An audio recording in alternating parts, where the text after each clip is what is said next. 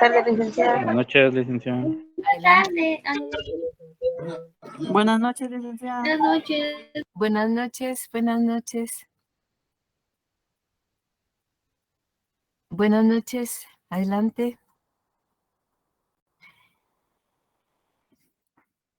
Hoy, como les había anticipado en la clase anterior, estaríamos ya dándole tratamiento a la definición de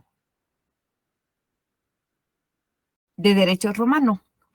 Y en esta definición de derecho romano, adelante. A mí me parece muy interesante la definición del maestro Álvaro Dors, porque da una definición bastante amplia y bastante descriptiva del derecho romano. Él dice que son todos aquellos documentos escritos por los jurisprudentes o jurisprudentes quienes eran considerados autores y autoridades, en el discernimiento de lo justo e injusto.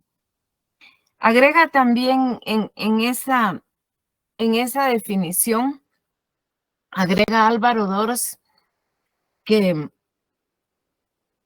también y que es derecho romano, por sobre todo el corpus juris civilis, que es el cuerpo de derecho civil de Justiniano, o que se le llama también compilación de Justiniano, en donde Justiniano mandó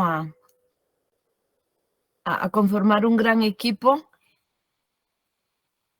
de abogados, de juristas, y recopilaron todo el derecho de Roma, desde el más antiguo derecho de Roma, de la fundación de Roma, hasta las últimas disposiciones dadas por él. Y luego, para comparar con otra definición, la del maestro Eugenio Petit, pues que habla de un conjunto de reglas que fueron las que regularon la conducta del pueblo romano, que es así como normalmente definimos al derecho o alguna de las clases del derecho. Y ahí podemos comparar las dos definiciones, una definición muy clásica y la primera definición, que es, como les digo, muy amplia, muy descriptiva del concepto de derecho romano. Y que el derecho romano es un derecho que contiene efectivamente un conjunto de reglas precisas y que además contiene aspectos de carácter ético, social, político, religioso. Es un derecho muy integrado, es un derecho muy, muy completo. El derecho romano tiene como objeto o como objetivo identificar a la mayor parte de instituciones de derecho civil moderno en los pueblos de origen latino, y que aún nos regimos por esas disposiciones contenidas en nuestros códigos promulgados, y que será muy difícil cambiar esa estructura y cambiar el orden. Luego también otro objeto del derecho romano es estudiar el proceso evolutivo, es decir, cómo han ido cambiando las instituciones jurídicas de Roma para imitar ese criterio de evolución científica y adaptación que tuvo Roma en relación a las necesidades sociales de aquella época. Por favor, si cuando tengan algún comentario o alguna pregunta, que no les dé ninguna pena interrumpirme, que con muchísimo gusto escucho, y si hay necesidad de que aclare algo, pues Para eso estoy yo facilitando aquí esta materia.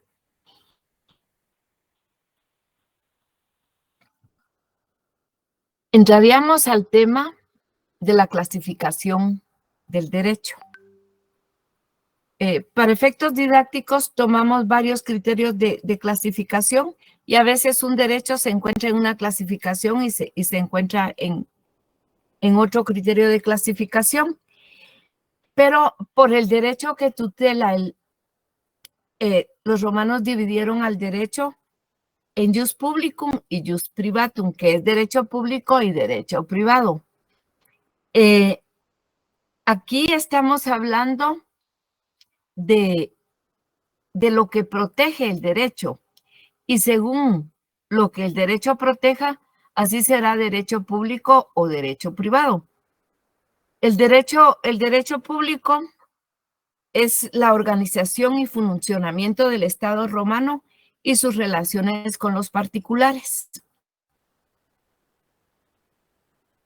Y el derecho privado es el derecho civil, el derecho civilizado, común a todos los pueblos y que se difundió por el universo por medio del maestro Emerio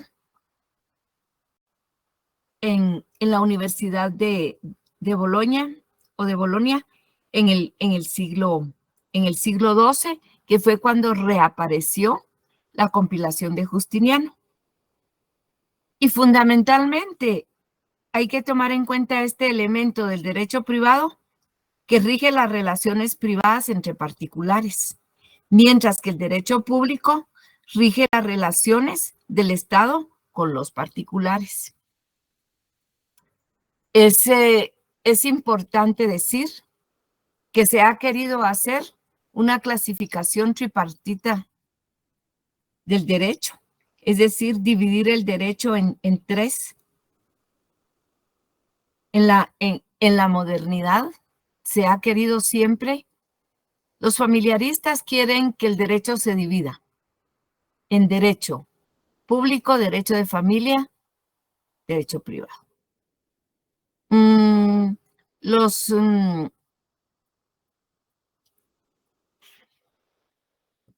Por ejemplo, los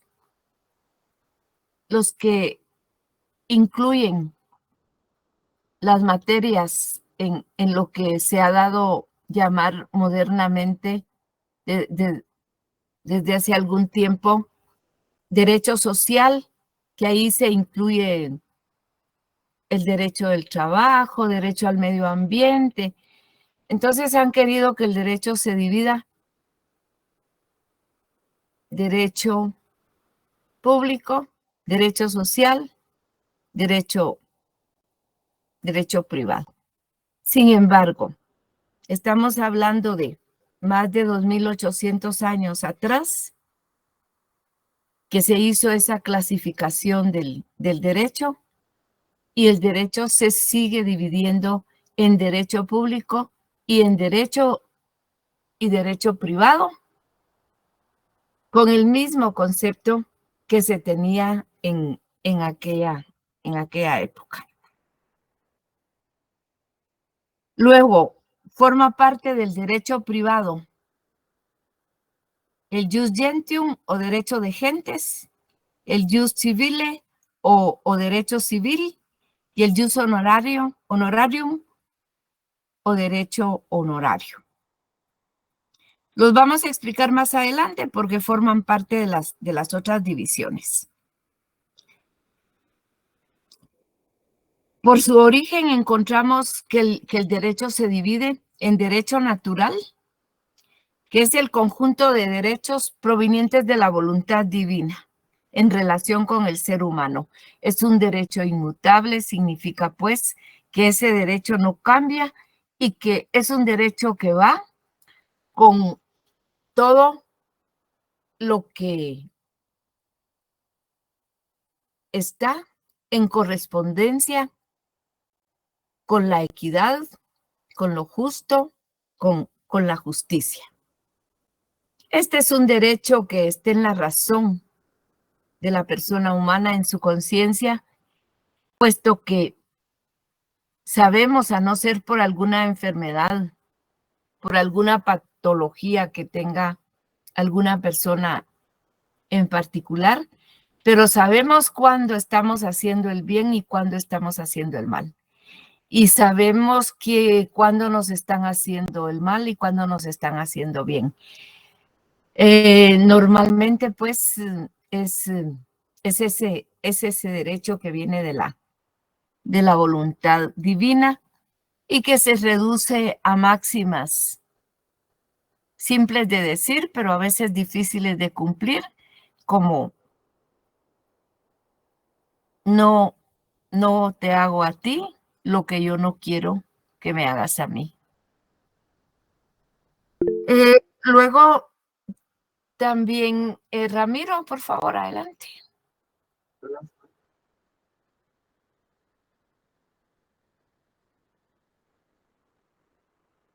Sí, totalmente.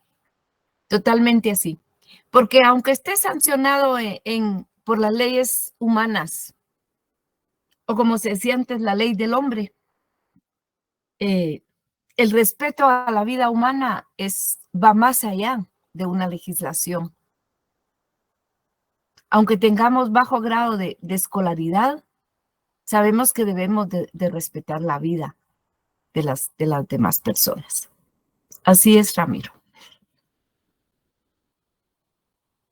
Encontramos, por otro lado, el derecho de gentes o el jus gentium, que fue el derecho que los romanos formularon para que fuese aplicado a los extranjeros. Es decir, que quienes no eran ciudadanos romanos no tenían derecho a que se les aplicara el derecho civil, porque el derecho civil era aplicado únicamente a quienes eran ciudadanos romanos. Así que los extranjeros tenían su derecho particular. Y el derecho civil, que ya hablamos, derecho de cada pueblo de Roma, con características propias. Es un derecho que se deriva de la costumbre, que nace por la aprobación de los comités en sus asambleas populares que votaban a favor de la promulgación de ciertas leyes. El concilio de la plebe también, que era por tribus. Los senado consultos, que eran las consultas que se le hacían a los senadores y tenían fuerza de ley. Los edictos que emitían los magistrados. La jurisprudencia o, en la época del imperio, las decisiones del emperador. Es decir, que el derecho civil es un derecho que está formulado conforme a la ley. Y que es un derecho legítimo y que es un derecho que tiene autenticidad. Por la fuente, otra vez encontramos derecho civil y el derecho honorario. El derecho honorario es un derecho creado por los jueces, por los magistrados pretores, administradores de justicia, que cuando algún conflicto se les presentaba y no podían resolverlo con antecedentes propios del derecho civil, entonces creaban un derecho para ese conflicto en particular, basados en casos análogos que tenía el derecho civil o basados en la justicia y en la equidad resolvían el caso.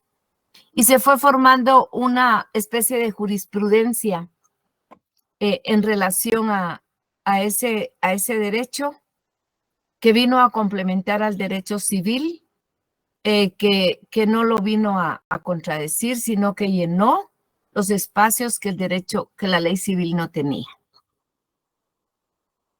Y luego, por su forma, el derecho es escrito.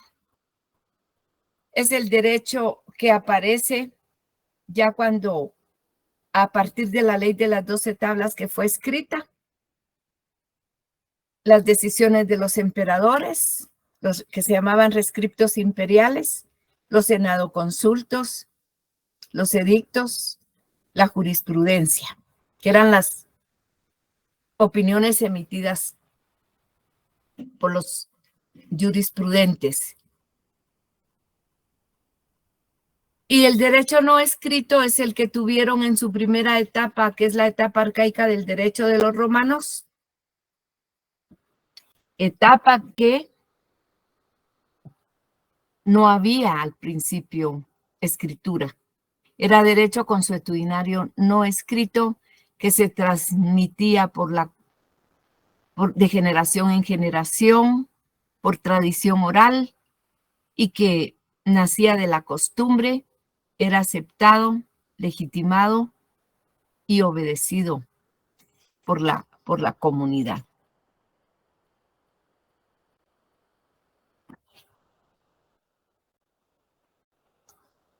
Luego, tenemos el subtema de la importancia del derecho romano. Y hay 3 puntos, o quizás se podrían resumir en 2. Pero uno es que es la base de la cultura del mundo occidental, de las principales culturas europeas como consecuencia de la dominación que tuvo Roma sobre todo el mundo conocido.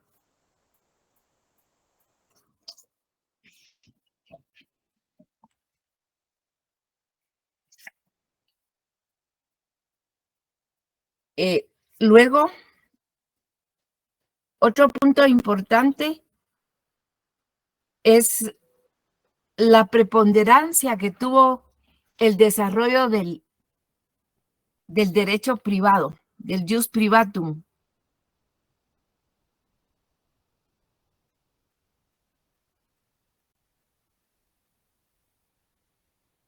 Y que se contrapone al derecho público, pero que solamente era utilizado en aquellos casos de ofensas a la comunidad,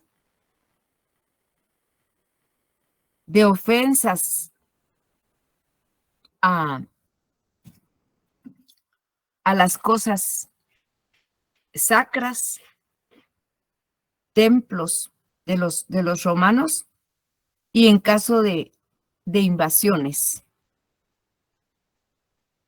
Pero lo que más se desarrolló fue el derecho privado, que es el derecho entre particulares.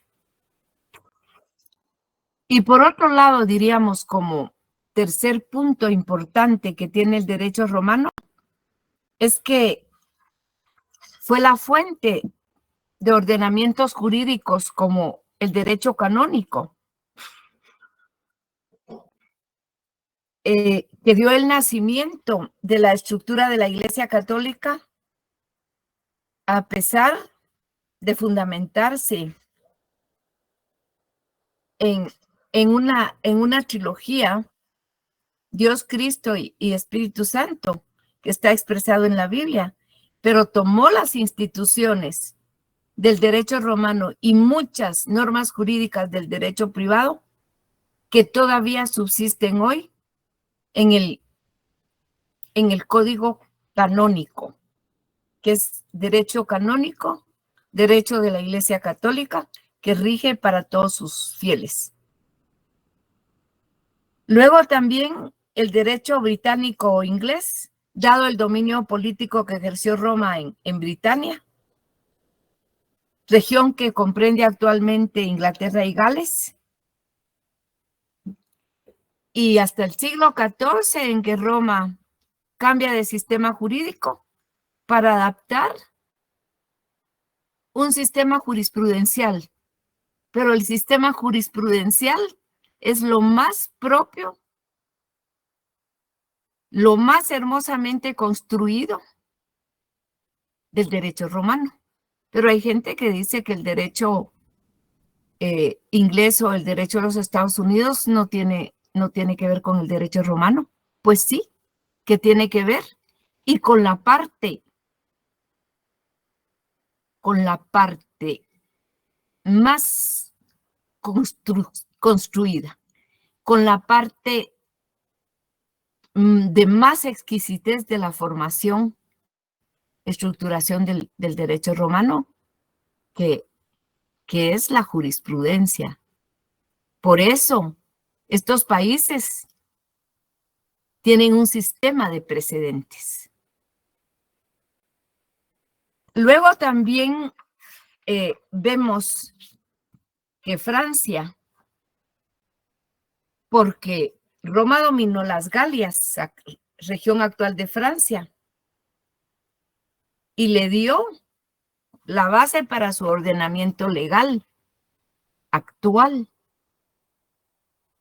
Promulgaron su código civil basado en el sistema romano y que después se llamó sistema romano francés en 1804 con Napoleón Bonaparte. Alemania también sirvió de ordenamiento legal hasta el año de 1900. Imagínense ahí, en la esquinita, cuando Alemania promulgó su código alemán. Y vean ustedes que hubo una época en que fue derogado el código con Hitler, porque Hitler opinaba que el derecho romano era la base del materialismo que sustentaba la ideología del socialismo. Pero terminado el régimen nazista del nacionalsocialismo de Hitler, pues resurge de nuevo el derecho romano y se vuelve a aplicar. Pero es más, el derecho romano toma una dimensión increíble, porque lo toman como base de sus ordenamientos jurídicos la China popular, Taiwán, el Japón,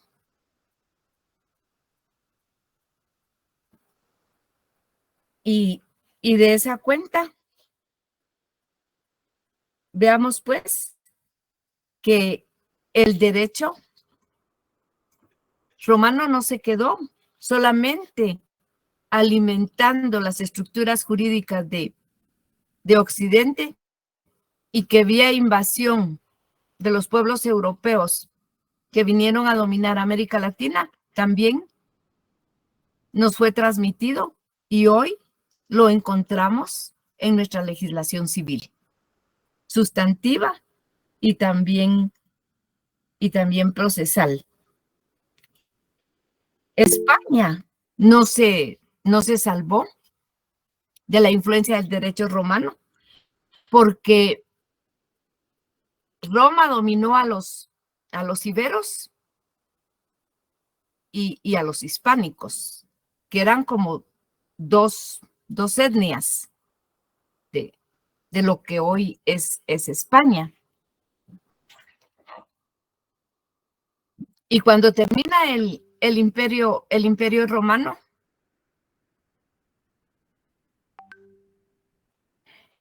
España se atomiza y se divide en una cantidad de regiones autónomas. Pero más tarde, Alfonso el Sabio reunifica, y entonces también con ello va la reunificación del derecho romano. Más adelante tienen un gran papel importante los reyes católicos en la organización y reunificación de España, y de nuevo influyen en sus leyes los fundamentos del derecho romano. Hubo una invasión que tuvieron que tuvieron los españoles por parte de los franceses. Y ahí también como producto de esa invasión, que fue en 1808, también transmitió o impuso las bases del derecho romano para la legislación española. Y más adelante, en 1851, con el proyecto del jurista García Goyena, se vuelve a reunificar y a depurar todo ese derecho con fundamentos y principios propios del derecho romano. Entonces, realmente es como para reflexionar la gran importancia que tuvo el derecho romano en cuanto influyó la legislación de medio hemisferio.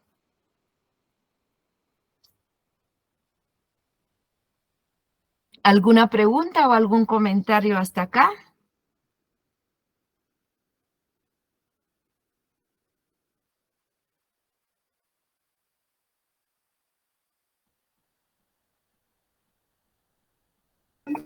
Jason, por favor. Muy buenas noches, licenciada. Solo tenía la duda. Entonces, esto quiere decir de que gracias a las conquistas y a toda la expansión de Roma, se dio a conocer las leyes y su forma de administrar las leyes. Así es, exactamente. Ok. Y el derecho de Roma fue recibido bien en todos los pueblos conquistados por ellos, porque no llegó Roma a imponer su derecho, sino que tomó la legislación de cada país vencido, la estudió, la mejoró y se la regresó mejorada. Por eso es que se dio a conocer más todavía, entonces. Así es. Gracias, licenciada. Entonces, fue aceptada de buen agrado la ley y parte de todo de ello es que haya sobrevivido por tanto tiempo, que cuando hoy tomamos nuestro Código Civil y encontramos personas, domicilio, capacidad jurídica, personas jurídicas, y así se va el código, desde el principio hasta el fin, con todas las instituciones habidas y por haber del derecho romano. Gracias, licenciada. Es bien interesante. Cuando ustedes tomen su Código Civil, que le pueden dar una miradita desde allá y se van a dar cuenta que el código que ustedes van a estudiar en el tercero y cuarto semestre, les van a pedir el Código Civil. Y ahí se van a recordar de todo lo que yo les estoy hablando hoy.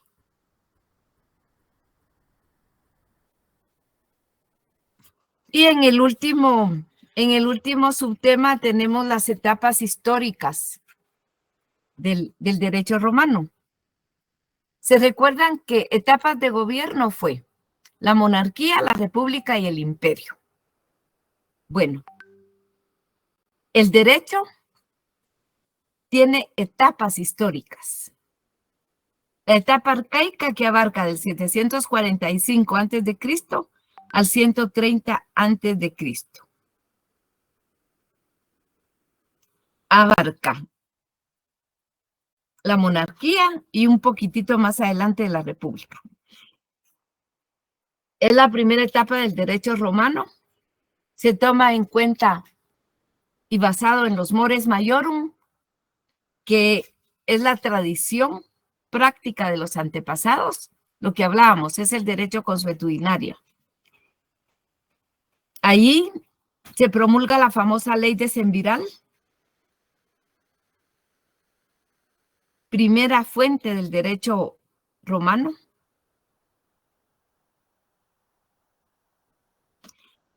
El dominio del derecho privado atribuido a particulares. El Estado siempre para la defensa exterior y ofensas a la comunidad. Con el gobierno de la tribu de los etruscos se crió ejércitos centuriatas, que se recuerdan que cuando hablamos de los comicios centuriados, llegaron a tener funciones también de legislación y de administrar justicia, jurisdiccionales. Se creó la figura del pretor urbano, que era un magistrado patricio con funciones de administrar justicia.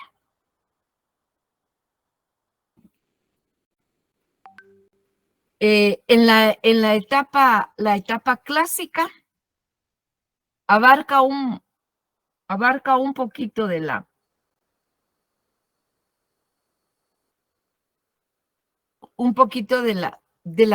siguiente,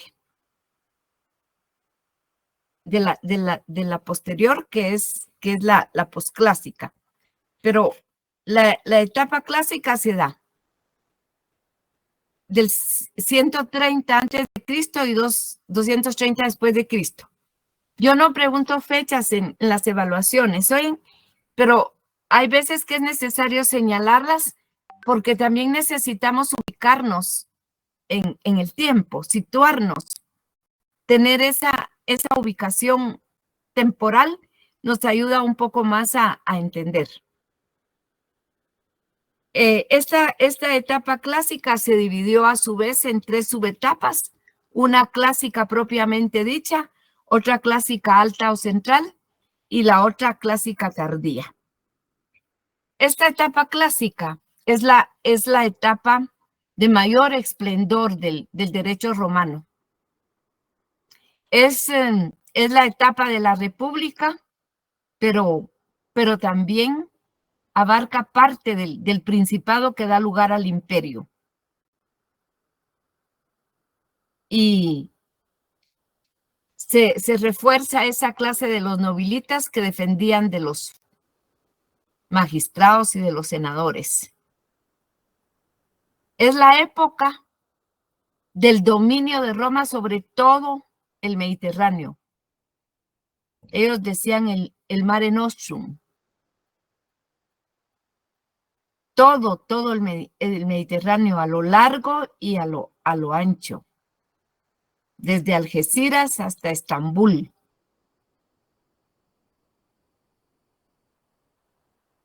Y en el ámbito jurídico, esta época es importantísima, porque aquí se crean conceptos fundamentales,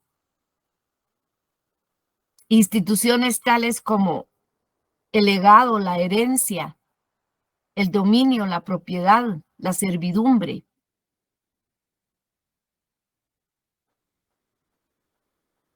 Y después aparece la etapa posclásica del 230 después de Cristo al 530 después de Cristo. Es la época de los emperadores. Es la época del absolutismo imperial. Es la época en que el derecho civil deja de ser solo un asunto entre particulares desde el punto de vista de que el Estado interviene dándole una configuración estatal al derecho tal y como lo encontramos ahora. Es la época de las codificaciones. Es la época que se le llama la relativización del derecho. Si durante la República había una fórmula para cada conflicto que se presentaba ante la justicia, ante los jueces, ahora no. Ahora se compilan Todas las disposiciones legales se reúnen en un cuerpo que se llama códex o código. Y ahora funciona de manera contraria. Es el conflicto surgido entre dos particulares el que debe de encuadrarse dentro de la norma que ya está definida en el código. Es el derecho que llegó a nuestros días. En materia sustantiva y también en materia procesal. Porque el juicio tipo que nos llega es el que se llamó en el derecho romano juicio ordinario. Y juicio ordinario es el juicio típico, es el juicio más completo, es el procedimiento que tiene todas las etapas para ser objeto de estudio. Y nuestro juicio civil, a pesar de que hay otras categorías de juicio civil, pero el juicio tipo se denomina igual. Es el juicio ordinario de la etapa del imperio, que es la tercera etapa del derecho. Algún tiempo, como esa etapa de Hitler, el derecho romano se vio en crisis. Se pensó que quedaba abandonado, se pensó que solo iba a servir como un elemento de carácter histórico, que iba a ser importante en términos de investigación para la historia. Pero no, más adelante resurgen los estudios jurídicos del derecho romano y se separa en dos ramas. Sobre todo sucede esto con el aparecimiento del Código Civil alemán en el año de 1900. El Código Civil guatemalteco, el primer código, es de 1877. ¿Qué pasó de 1821 a 1877 si no teníamos Código Civil? ¿Alguien quiere opinar?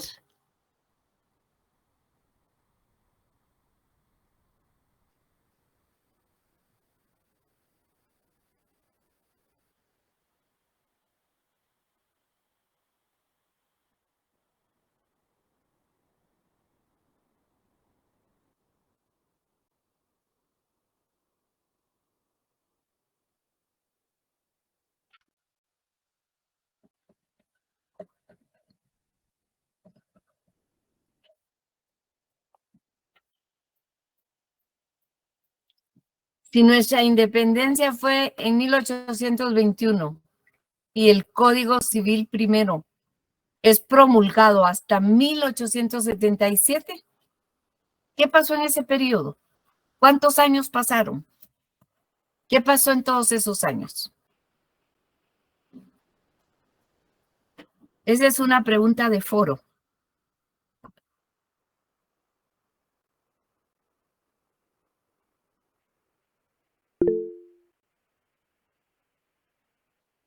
Karin, por favor, adelante. Buenas noches, licenciada María Elisa. Buenas noches, compañeros. No sé, a su pregunta, licenciada, ¿podría ser que se regían por religión o por costumbres? En parte sí, es correcto, Karin. ¿Alguien más quiere complementar lo dicho por Karin, que es correcto?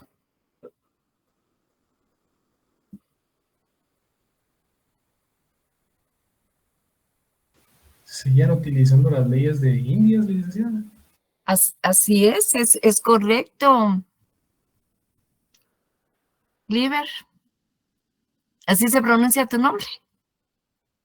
Es Kleiber, licenciada. ¿O Cleaver? Bueno, Cleaver. Entonces, se regía por las mismas leyes de Indias y por las mismas leyes del país, de la corona que nos había conquistado. Se regía por aspectos de carácter, disposiciones de carácter religiosa, como dijo Karen, porque el código canónico de la Iglesia Católica tenía registros de nacimientos, es decir, que tenía algo muy parecido ya a lo que fue el registro civil después y OIRENAP. Tenía el registro de defunciones y eran registros muy serios, muy ordenados, con unos libros muy bien llevados. Y vean ustedes entonces que con el aparecimiento del Código Civil Alemán en 1900, ahí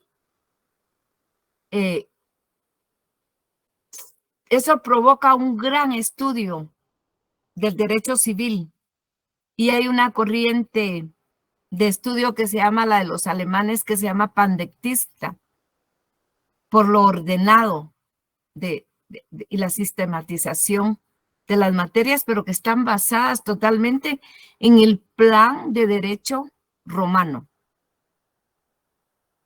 Y se separan las dos ramas del saber jurídico, así que el estudio y la investigación para la historia la hacen los llamados romanistas. Y el estudio y la investigación que la hacen con efecto de aplicación y dogmática, la hacen los llamados civilistas, que obviamente son juristas.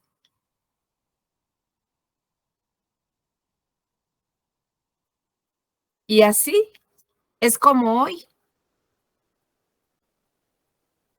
tenemos una clase de derecho romano en donde estamos estudiando la génesis del derecho actual, la génesis del derecho de los pueblos de Occidente y de otros pueblos, y de cómo el derecho romano influyó en nuestra legislación. Y como fuentes de conocimiento de la historia romana, los investigadores han recurrido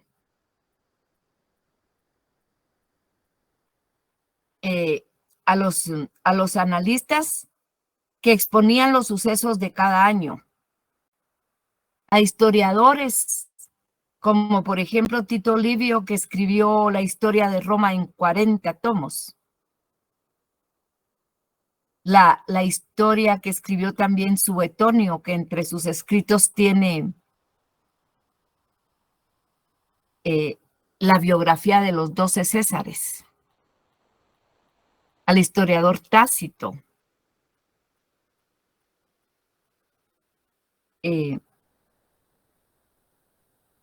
Se investigan también los calendarios de Tiberio.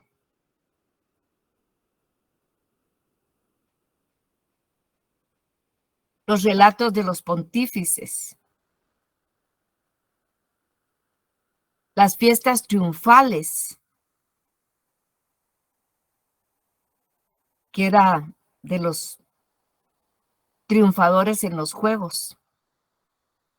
La arqueología.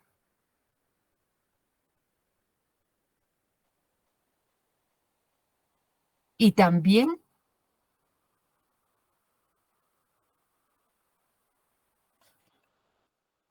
la lingüística. Y obviamente todas las formas jurídicas o lo que se llama morfología jurídica, las partes de de una figura jurídica y su evolución.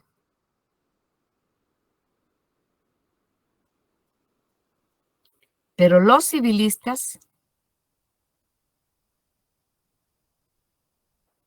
son juristas que se encargan de estudiar el derecho romano desde la dogmática. La dogmática es la parte práctica de una ciencia. La dogmática es un asunto de aplicación del derecho romano.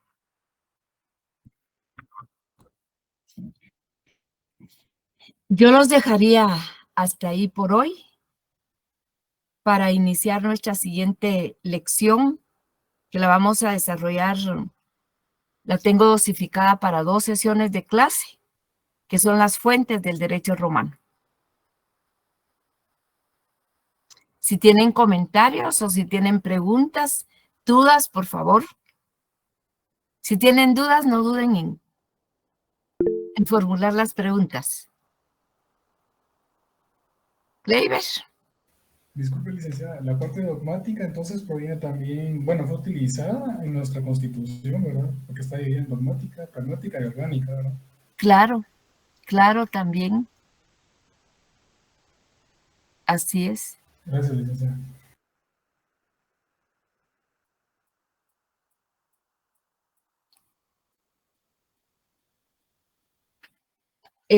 Cindy, ahorita vamos a ver, sería, ¿dónde terminó hoy? Terminamos hoy en la página 74. Principiaríamos las fuentes del conocimiento las fuentes del conocimiento ya las pasamos. Fuentes del derecho romano, pero como lo vamos a dosificar, creería yo que en dos sesiones. Vamos a ver, yo creo que hasta los edictos.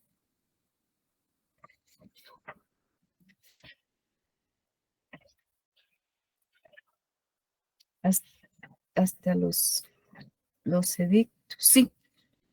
Hasta los edictos estamos en página 97 por ahí.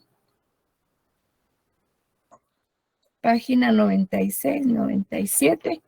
Después, en la otra sesión, estaríamos con los Senado consulto, los rescriptos imperiales, plebiscito, autoridad potestad, constituciones imperiales, derecho provincial, las interpolaciones y el corpus juris civilis.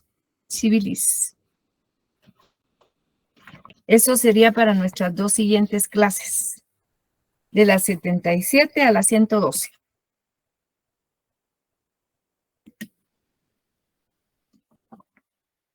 ¿Alguna otra pregunta?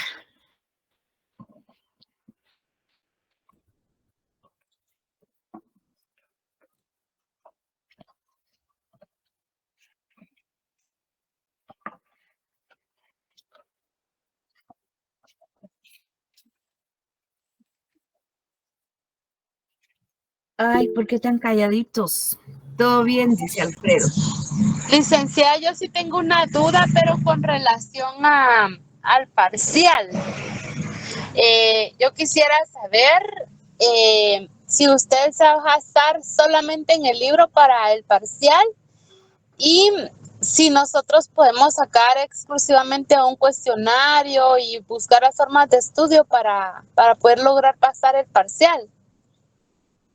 Esa sería mi duda. Sí, John exclusivamente está basado, oigan, eso lo dije el primer día de clase. Tenemos una estrategia para el aprendizaje. Tenemos un programa oficial para desarrollar. Yo lo explico. Los temas de ese programa yo los voy explicando. Esos son los mismos temas que están en el libro. Y sobre esos mismos temas yo efectúo la evaluación. Y los laboratorios que están en el texto les pueden servir también como una metodología de estudio. Muchas gracias, licenciada, por su respuesta. Muy amable. Y luego, para primer parcial, tenemos dosificado hasta la página 112 del libro, que coincide con la primera unidad del programa oficial. Puede ser que por X o Y no llegamos a ese punto, que pueden pasar cuestiones no previstas, pero si todo va normal en nuestras clases, estaríamos evaluando en el primer parcial hasta la página 112 o primera unidad del programa oficial.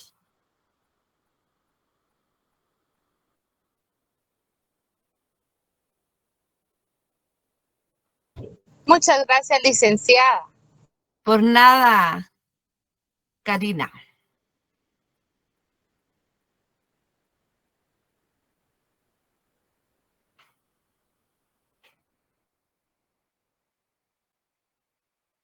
Bueno, les deseo buen provecho y feliz noche.